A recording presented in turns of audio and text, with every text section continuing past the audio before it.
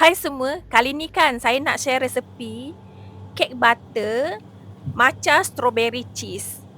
Saya menggunakan serbuk matcha premium yang dari Jepun. Korang boleh tengok lah ni, dia punya tekstur serbuk dia tu memang halus sangat-sangat.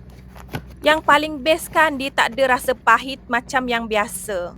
Kalau nak buat minuman pun memang senang nak sebatikan dengan air lah. Tak payah susah-susah korang guna mesin apa-apa. Tengok saya buat paste ni kan memang cantik gila. 6 biji telur grade A, 1 sudu besar overload, 180 gula kasta. Pukul ke semua bahan-bahan ni sampai betul-betul kembang. Saya pukul dengan kelajuan tinggi selama 5 minit.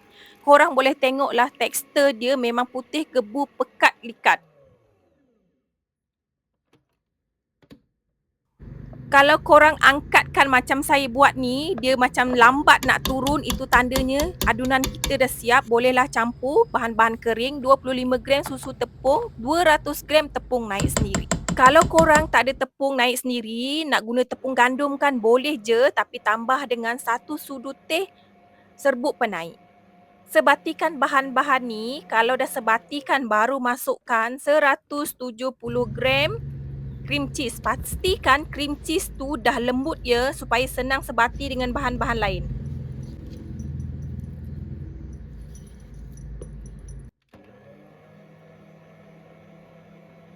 Kemudian masukkan 200 gram butter yang telah dicairkan. Butter ni dah suam-suam kuku ya, saya timbang dulu butter tu baru saya cairkan.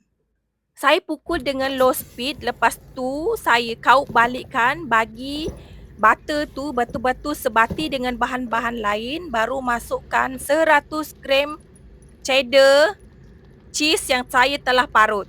Gaul-gaul lagi bagi sebati, kemudian bahagikan adunan ni kepada 3 bahagian sama banyak.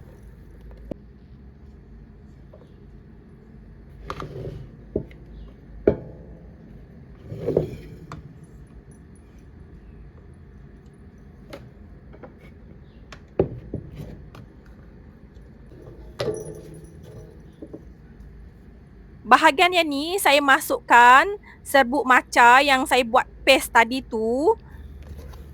Gaul-gaul bagi sebati. Kalau dah sebati kan, ketepikan dulu. Bahagian yang lagi satu ni pula saya letak 1 sudu teh Imalco strawberry. Kemudian sebati. Dah sebati, ketepikan dulu. Saya guna loyang bunch cake ni. Kalau korang tak ada loyang yang macam saya punya ni, korang boleh je guna loyang segi 4 biasa tu. Acuan bunch cake tu, keliling tu saya sapu dengan glaze. Lepas tu, bolehlah korang marblekan untuk corak tu menarik. Boleh je korang ikut kreativiti korang masing-masing lah. Saya bakar kek ni selama 60 minit, suhu 120 darjah Celsius. Saya guna api atas dan bawah.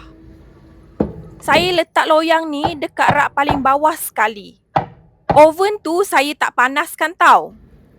Kek ni masak kan, korang bolehlah terus keluarkannya daripada acuan. Korang janganlah biarkan kek tu sejuk dekat loyang, nanti kek tu mendap tau.